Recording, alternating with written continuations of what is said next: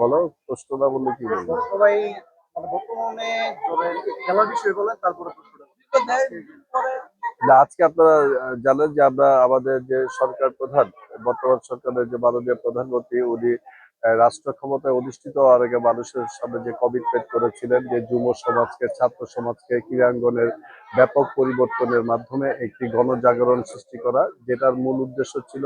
খেলাধুলাকে যাতে মানুষ পেশা হিসেবে সম্মানের সাথে সমাজে স্বীকৃতি পায় এবং পেশা হিসেবে যারা তারা আধুনিক বিশ্বে যারা নিজেদের অবস্থানকে সুসংহত করতে পারে, সেই উদ্দেশ্যকে যাতে বাস্তবায়ন ঘটানো যায় না, সেই পরিকল্পনা উনি নির্বাচনের আগে যে কমিটমেন্ট করেছিলেন সেটাই বাস্তবায়ন ঘটছে বিভিন্ন কর্মসূচির মাধ্যমে। আপনারা ইতিমধ্যেই জেনেছেন নতুন করির মাধ্যমে, প্রতিভা অন্বেষণের মাধ্যমে বিভিন্ন ইভেন্টে বিভিন্ন ছোট ছোট ক্ষুদ্র ক্ষুদ্র খেলোয়াড়দেরকে সারা বাংলাদেশ থেকে সংগ্রহ করা হচ্ছে এবং তাদেরকে আধুনিক প্রশিক্ষণের মাধ্যমে মানসম্মত যুগের সাথে তাল মিলিয়ে আধুনিক বিশ্বে যাতে মোকাবেলা করতে পারে সেভাবে তাকে প্রস্তুত করা হচ্ছে। এবং শিক্ষা পাঠ্যসূচি কর্মসূচির মধ্যেও ক্রীড়াঙ্গনকে প্রাধান্য দিয়ে বিভিন্ন ইভেন্ট রাখা হচ্ছে। তো মূলত হলো যে ক্রীড়াঙ্গনকে শক্তিশালী করা, বাংলাদেশের মানুষের যে আর্থসামাজিকের যে অবক্ষয় ঘটেছে দীর্ঘ এই 17 বছরে, ক্রীড়াঙ্গনকে দূষিত করা হয়েছে, বিভিন্ন রাজনৈতিকরণ করা হয়েছে, সেগুলি থেকে বের হয়ে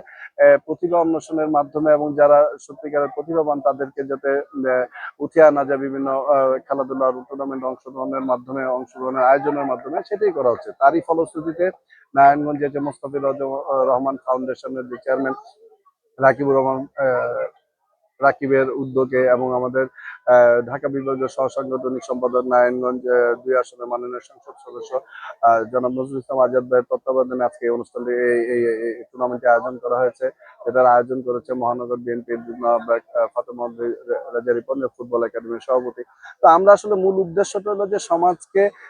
মানে যে অবক্ষয়ের দিকে যে যুব সমাজকে যেভাবে ধাবিত হয়েছিল তাদেরকে সেখান থেকে ফিরিয়ে আনার জন্য অন্য একটি ওয়ে বা খেলাধুলার মাধ্যমে যদি অংশগ্রহণের মাধ্যমে খেলাধুলা যে উন্মাদনা, যেটা আমরা পূর্বে দেখেছি আমাদের ছোট সময় কৈশোর সময় আমরা যেটা দেখেছি, সেটা ফিরিয়ে আনার জন্য আমরা আসলে চেষ্টা করছি। রাষ্ট্রীয়ভাবে চেষ্টা করা হচ্ছে, আমরা আমাদের সংগঠনের পক্ষ থেকে চেষ্টা করছি, যারা আমার সংগঠনে বিভিন্ন নেতৃবৃন্দ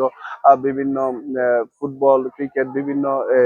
টিমের সাথে সম্পৃক্ত হয়ে সবাইকে সে উৎসাহটা যোগান দেওয়ার চেষ্টা করছি, যাতে আগামীতে প্রত্যেকটি ওয়ার্ডে ওয়ার্ডে প্রতিটি মহল্লায় যাতে